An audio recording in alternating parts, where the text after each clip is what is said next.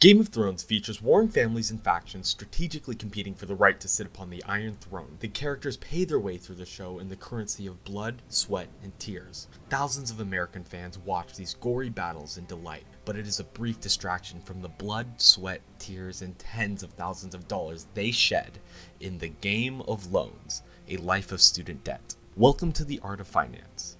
The rising cost of college has outpaced inflation and income for upwards of 30 years. In that time, the student loan balance has risen over 1,500%. The effects of rising student loan costs present themselves in the most dramatic statistics. Young adults live at home with their parents, spend less on brand retail, put off buying houses, and put off having children. Despite trends in the media criticizing how millennials are destroying traditional family homes, dismantling retail franchises, and draining sit-down restaurants, these are all expected economic effects when your consumer target market is strapped with debt. Young adults aren't buying homes, leasing cars, having children, and other expenses because they already made a 4-year investment to be in an even better position in the future to buy those homes, lease those cars, and have those children. Even though college delays these adulthood achievements, the overall investment will pay higher returns than stocks, gold, or even the housing market compared to having a high school diploma. So what can you do to bring down the cost of college? If you are a high school student or graduate, consider all of your options before jumping into a typical 4-year university bandwagon. The general rule of thumb is that a student loan repayment should take 10 years to pay back,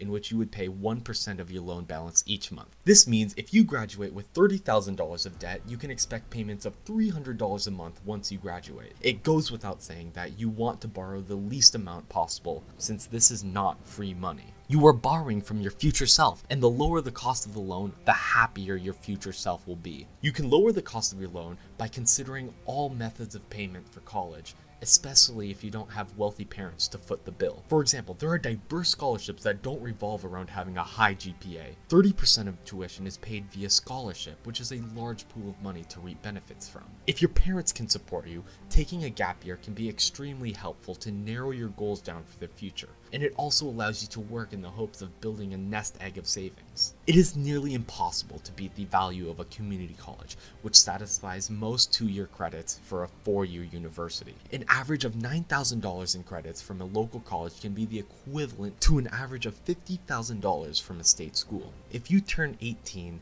and you are forced by your parents to be financially independent, you still have the option of military programs that will pay for most or all of your college costs. Before you decide to jump into the crazy ride that is college, make sure you are directionally motivated and financially ready to take on this adventure.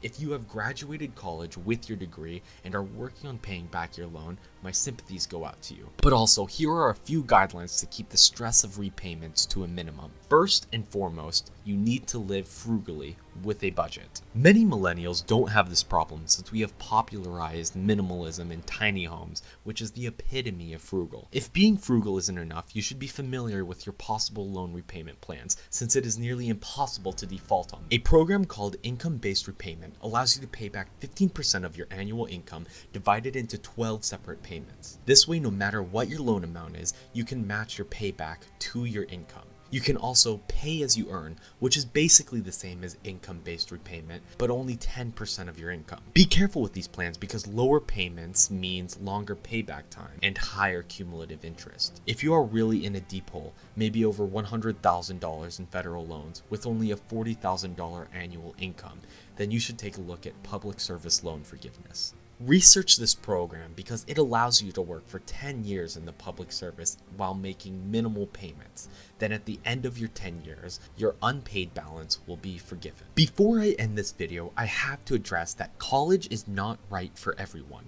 Many students find this out after attending college for a short time. They still accrue the debt and they still have to pay back the loan without a degree to show for it. Just under half that enroll won't graduate, so please take the time to analyze all your options because future you depends on it. Thank you for watching and leave a comment of how much student loan debt you have or will have.